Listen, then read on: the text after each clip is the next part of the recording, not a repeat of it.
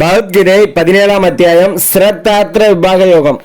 ஓம் தத் சத் என்பதென்ன? ஒவ்வொன்றும் தொடக்க கோஷம். ஆம், இதன் தத்துவத்தை அவனியோர் அறிந்ததில்லை. நாம் இதன் விளக்கம் சொல்லும். நற்பயன் உலகம் எய்த மாமன்னன் பாண்டுமைந்தா வாழ்க நீ அதனை கேட்டு. அர்ஜுனன் சொல்கிறான், கிருஷ்ணா, சாத்திர விதிகளை மீறி ஆனால் அக்கறையோடு வேள்வி செய்தோருக்கு எந்த நிலை கிட்டுகிறது? சத்துவம் என்ற தூய நிலையா, ரஜோ என்ற ஆசை நிலையா, தமோ என்ற மயக்க நிலையா? ஸ்ரீ பகவான் சொல்கிறார், அர்ஜுனா, உயிர்களுக்கு இயற்கையாக சாத்விகி, ராஜசி, தாமசி என்ற 3 வகையான நம்பிக்கை உண்டாகிறது. அதை விளக்குகிறேன் கேள். பாரத குமாரா, ஒவ்வொருவருக்கும் அவரவரது இயல்பினை பொறுத்தவாறு நம்பிக்கை உருவாகிறது.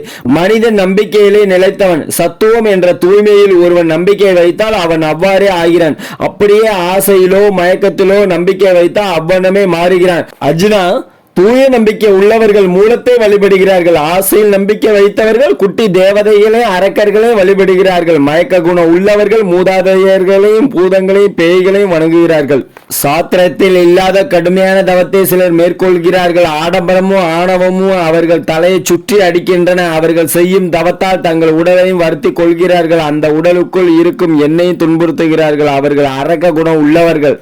எல்லோருக்கும் பிரியமான உணவு 3 வகையாகும். அப்படியே யாகமும் தபனமும் கூட 3 வகையாகும். அவற்றின் பேதங்களை கூறுகிறேன் கேள். ஆயுளை வளர்ப்பது மன வலிமை, உடல் வலிமை தருவது, நோய் தராதது, சுகத்தை வளர்ப்பது, சாருடன் ரசம் கூடியது, குழம்பாக உள்ளது, நெய்ச்சத்து கலந்தது, மனதுக்கு சுகம் அளிப்பது. இந்த வகையான உணவுதான் சாத்வீகம் என்று சொல்லப்படும் முதற் குணம் படைத்தவர்களுக்கு பிடித்தமானது. கசப்பானது, புளிப்பானது, உப்பு மிகுந்தது, உலர்ந்தது, அதிக சூடானது, காரம் மிகுந்தது, பசி எடுக்காமல் செய்வது, குடல் எரிச்சலை உண்டு பண்ணுவது, இந்த வகை உணவுதான் ராஜச குணம் என்னும் 2வது குணம் படைத்தவர்களுக்கு பிடித்தமானது. இது துன்பம், கவலை, நோய்களை தரக்கூடியது. வேகாதது, பழையது, குழம்பில்லாமல் வற்றி போவது, கெட்ட நாற்றம் அடிப்பது, முன்பு சாப்பிட்டு மிச்சம் வைத்தது, அசுத்தமானது. இந்த வகை உணவு தாமச குணம் என்னும் 3வது குணம் படைத்தவர்கள் விரும்பும் உணவாகும். இதுவரை சாப்பிடும் உணவின் 3 வகை குணம் படைத்தவர்களின் சுவை உணர்ச்சியை கூறினேன். இனி அந்த 3 வகை குணத்தை வரும் எப்படி யாகம் செய்கிறார்கள் என்பதை கூறுகிறேன். எந்தவித லாபத்தையும் கருதாமல் சாத்திரம் காட்டும் சரியான வழி இது என் கடமை, ஆகவே இந்த யாகத்தை செய்கிறேன் என்று செய்யும் யாகத்துக்கு சாத்வீகம் என பெயர். ஏதாவது கிடைக்கும் என்றோ அல்லது ஊரார் மதிப்பதற்காகவோ எந்த யாகம் செய்யப்படுகிறதோ அதன் பெயர் ராஜசம். சாத்திர நெறி தவறி அன்னதானம் செய்யாமல், மந்திரங்களை உச்சரிக்காமல், தட்சணை வைக்காமல், அக்கறையோ நம்பிக்கையோ இல்லாமல் செய்யப்படும் யாகத்தின் பெயர் தாமசம். இனி உடல், வாக்கு, மனம் 3ஆலும் செய்யப்படும் தவத்தை விவரிக்கிறேன். அர்ஜுனா, தேவர், பிராமணர், ஆச்சாரியர்கள், ஞானிகள் ஆகியோரை பூஜித்தல், புனித நீராடி உடல் சுத்தம் செய்தல், நேர்மையை கடைபிடித்தல், பிரம்மச்சாரியத்தை கைக்கொள்ளுதல், அகிம்சையை பின்பற்றல், இவை சரீரத்தால் செய்யப்படும் தவமுறைகள். யாரையும் புண்படுத்தாத சொல்வன்மை, உண்மையே பேசுதல், நல்லதே கூறுதல், கனிவாக உரைதல், வேதம் ஓதுதல், இவை வாக்கினால் செய்யப்படும் தவமுறைகள். தெளிந்த உள்ளம், பரமசாதுவாக இருத்தல், மௌனத்தை தாய்மொழியாக கொள்ளுதல், மனதை தன் கட்டுப்பாட்டுக்குள் வைத்திருதல், ஆத்மாவை தவிர ஒன்றை நினையாதிருத்தல், இவை மனத்தினால் செய்யப்படும் தவமுறைகளாகும். பலனை விரும்பாத நம்பிக்கை மிகுந்த முதல் தவம் சாத்வீக தவம். ஊரார் மதிக்க, மரியாதை கிடைக்க, தன் பெருமை வெளிப்பட செய்யும் தவம் ராஜச தவம். காரணம் இல்லாமலும் தேவை இல்லாமலும் பிடிவாதமாகவும் தன்னை வருத்தி கொண்டு செய்யும் தவமும் மற்றவர்களை ஒழிப்பதற்காக செய்யப்படும் தவமும் தாமச தவமாகும். அர்ஜுனா, இனி தானங்களில் 3 வகை கூறுகிறேன். எந்த பிரதிபலனையும் எதிர்பார்க்காமல் தனக்கு எந்தவித உதவியும் செய்யாதவனுக்கு கூட காலம் அறிந்து, இடம் அறிந்து, நடத்தை அறிந்து கொடுப்பது சாத்வீக தானம். இதை கொடுத்தால் அது கிடைக்கும் என்று எதிர்பார்த்து சந்தேகத்தோடு உள்நோக்கத்தோடு கொடுப்பது ராஜச தானம்.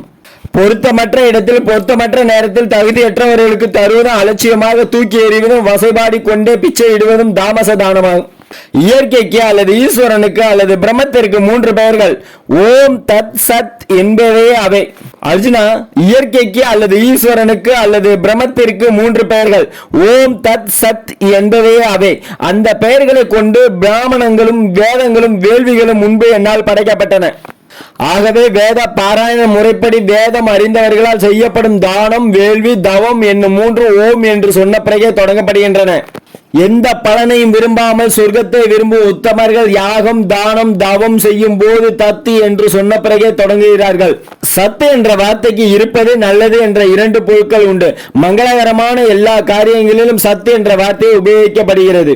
வேள்வியில் நிலைத்தல், தவத்தில் நிலைத்தல், தானத்தில் நிலைத்தல், அவை சம்பந்தப்பட்ட எல்லா காரியங்கள் இவை அனைத்தும் சத்து என்று சொல்லப்படுகின்றன.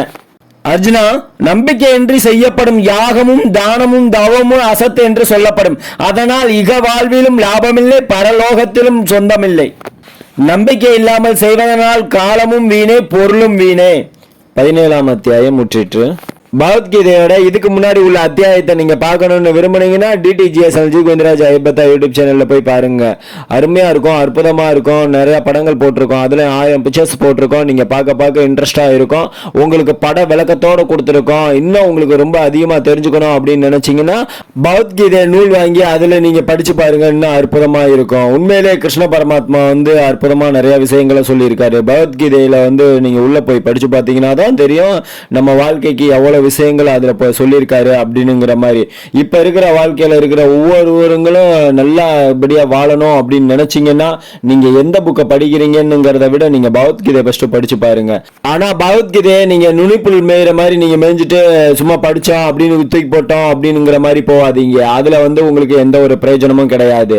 நம்ம சாதாரணமா ஒரு யூடியூப் பண்றதுக்கே பாத்தீங்கன்னா நம்ம விரதத்தை மேற்கொண்டோம். தொடர்ந்து விரதத்தை மேற்கொண்டு தான் இதை தனிப்பட்ட முறையில நம்ம யூடியூப் பண்ணோம்.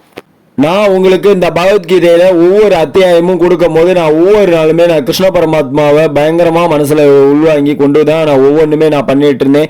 ஒவ்வொன்றுமே அவர் சொல்றது பாத்தீங்கன்னா எனக்கு பயங்கரமா இருந்ததுங்கிறத விட வாழ்க்கையில இதுதான் நம்ம கடந்து வந்துட்டு இருக்கோம், இதுதான் நம்ம தெரிஞ்சுக்கிட்டோம், இதுதான் நம்ம புரிஞ்சுக்கிட்டோம், இதுதான் வாழ்க்கை, இப்படிதான் மனிதர்கள் இருக்காங்க, இப்படிதான் மனிதர்கள் எல்லாம் இப்ப பண்றாங்க, இவங்களுடைய செயல் இப்படி இருக்கு, இவங்களுடைய செயல் இப்படி இருக்குது, இவங்கெல்லாம் இந்த மாதிரி குணத்துல இருக்காங்க, இவங்கெல்லாம் இந்த மாதிரி குணத்துல இருக்காங்க அப்படிங்கிற மாதிரி அருமையா ஒருத்தரை பார்த்த மைனை எப்படி நம்ம தெரிஞ்சுக்கணுமா அந்த அளவுக்கு மனசுல உள்வாங்கி அந்த அளவுக்கு பகவத்கீதையில அந்த கிருஷ்ண பரமாத்மா எனக்குள்ளே வந்துட்டாருன்னு சொல்லலாம். அந்த அளவுக்கு நான் இப்ப பயங்கரமான ஒரு இதுல இருக்கேன். ஏன்னா இது பக்தியில தான் இதை பண்ண முடியும், பக்தியில தான் இதை செய்ய முடியும். நீங்க சாதாரணமா நானும் யூடியூப் போறேன், வியூஸ் பாக்குறாங்க, மக்கள் பாக்குறாங்க, நமக்கு பணம் வரும் அப்படின்னுங்கிற அந்த எண்ணமே துளியும் எனக்கு கிடையாது. ஏன்னா என்கிட்ட இருக்கிற பணம் அது ஆண்டவனுக்கே தெரியும் எந்த அளவுக்கு இருக்கும் அப்படிங்கிற மாதிரி. என் செல்வாக்கும் ஆண்டவனுக்கே தெரியும் அது எந்த அளவுக்கு இருக்கு அப்படிங்கிற மாதிரி. பகவத்கீதைங்கிற புனிதமான அந்த இந்து புராண நூல்ல இருக்கிறத நான் உண்மையிலே மக்களுக்கு என் மூலம் நான் தெரியப்படுத்தணும் அப்படிங்கிற ஒரு ஆசையில தான் நான் இதை முழுக்க நான் பண்ணினேன். இல்ல வியூஸ் வரணும், அது வரணும், இது வரணும்ங்கிற அந்த எண்ணமே எனக்கு கிடையாது. நீங்க பாத்தீங்கன்னா உங்க வாழ்க்கைக்கு நல்ல பயனுள்ளதா இருக்கும். ஒவ்வொன்றுமே நான் என்னால முடிஞ்ச அளவு நல்லா அர்த்தம் திருத்தமா அருமையா உங்களுக்கு நான் சொல்லியிருக்கேன். இதுல பாத்தீங்கன்னா லாஸ்ட் அத்தியாயம்ங்கிறதெல்லாம் கிடையாது. இதுல அடுத்த அத்தியாயம் முற்றிட்டுன்னு வந்துகிட்டே இருக்குது. அதனால எனக்கு கிருஷ்ண பரமாத்மா என் கூடயே இருந்து ஒவ்வொன்றுமே சொல்லி கொடுத்த மாதிரி தான் நான் நினைக்கிறேன். உங்களுக்கு பயனுள்ளதா இருக்கணுங்கிறத நான் இதை முழுசாவே நான் நம்புறேன். நீங்க ஒவ்வொன்றுமே நீங்க ஆழ்ந்து போய் நீங்க பாத்தீங்கன்னா ஒரு வீடியோவை ஒரு டைமுக்கு 2 டைம் 3 டைம் போட்டு பாத்தீங்கன்னா உங்களுக்கே புரியும். தேங்க்ஸ் ஃபார் வாட்சிங். DTGS கோவிந்தராஜ் ஐயப்பத்தா யூடியூப் சேனல் பிடிச்சிருந்தா லைக் பண்ணுங்க, ஷேர் பண்ணுங்க, கமெண்ட் பண்ணுங்க. உங்களுக்கு பிடிச்சவங்களுக்கெல்லாம் இந்த வீடியோவை ஷேர் பண்ணி விடுங்க. தேங்க்ஸ் ஃபார் வாட்சிங்.